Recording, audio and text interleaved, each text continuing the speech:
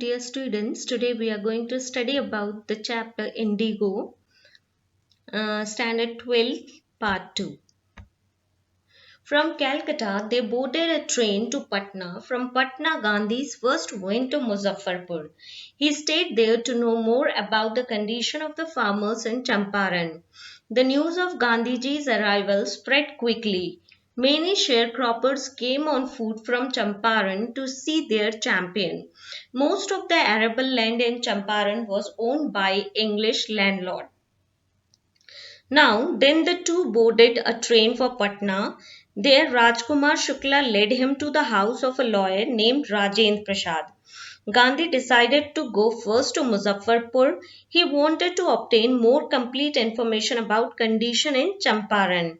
Professor J.B. Kripalni awaited for Gandhi at the station with a large body of students. Gandhi stayed for 2 days in the home of Professor Malkhani. The news of Gandhi's arrival spread quickly through Muzaffarpur and then to Champaran. Sharecroppers from Champaran arrived on foot to meet their champion. Muzaffarpur lawyers called on Gandhi to brief him. Gandhi chided them for collecting huge fees from the poor sharecroppers.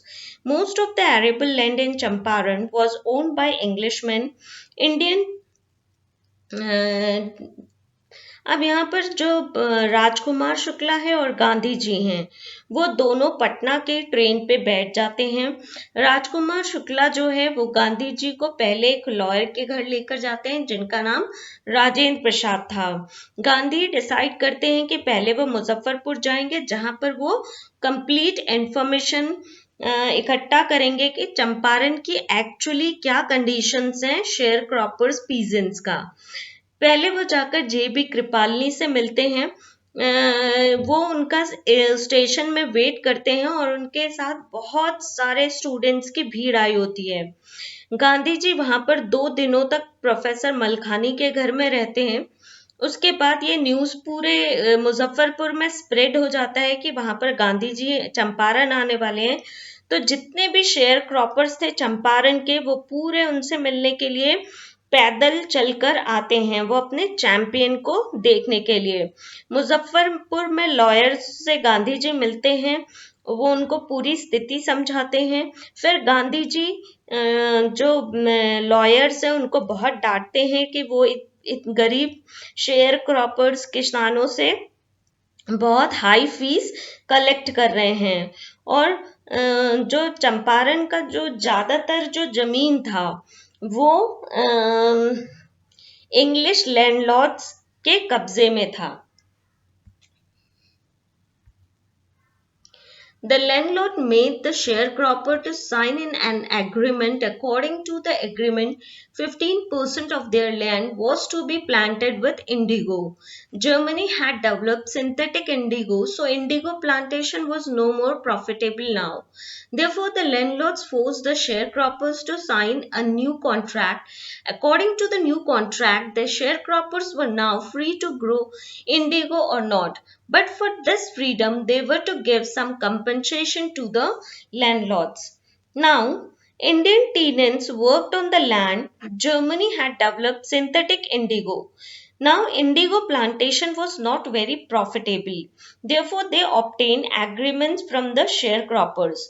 They were to pay the landlords compensation for being released from the 15% arrangement. According to the previous agreement, English landlords compelled all the tenants to plant 15% of their land with indigo. They had to surrender the whole indigo crop to the landlords as rent. Those who opposed were tortured by their hired bullies. Meanwhile, the illiterate peasants saw through the trick of the landlords. They were not ready to pay the compensation. Those who had signed wanted their money back. अब यहाँ पर Indian जो tenants थे, Indian किराएदार थे जो land पे as a share cropper काम करते थे, उनको पता चलता है कि जर्मनी ने एक सिंथेटिक इंडिगो डेवलप किया है जो कि काफी सस्ता है। तो जो इंडिगो प्लांटेशन है वो इनके लिए बिल्कुल भी प्रॉफिटेबल नहीं रह गया। तो जो इंग्लिश लैंडलॉर्ड्स थे उन्होंने एक एग्रीमेंट साइन करवाया था इन शेयर क्रॉपर से, जिसमें कि उनको 15% लैंड पे अपने जो है वो इंडिगो की खेती करना जरूरी था, और वो उसे लैंडलॉर्ड को एज अ किराया, एज अ टैक्स वो उनको पे करते थे।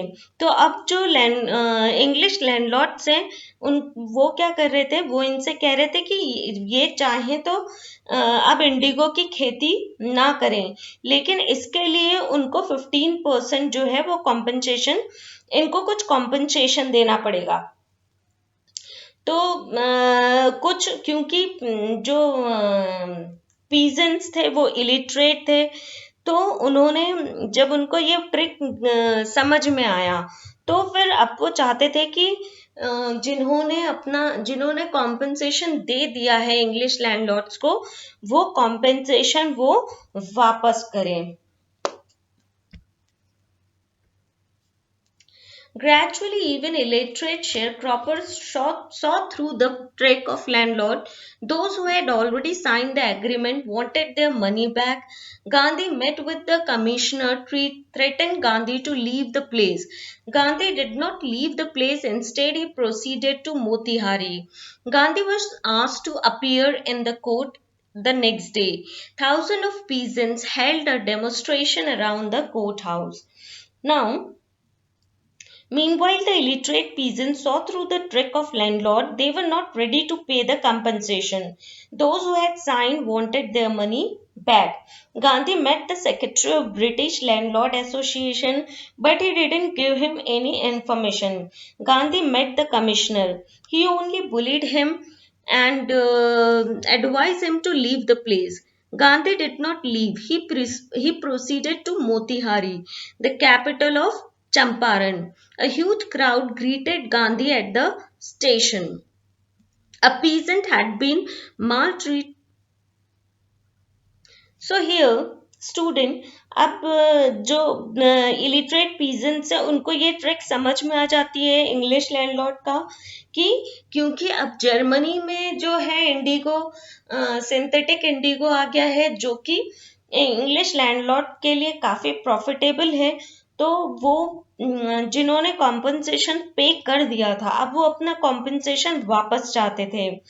गांधी जी जो है वो ब्रिटिश लैंडलॉर्ड एसोसिएशन के सेक्रेटरी से मिलते हैं, पर वो कोई इंफॉर्मेशन नहीं देते हैं गांधी जी को।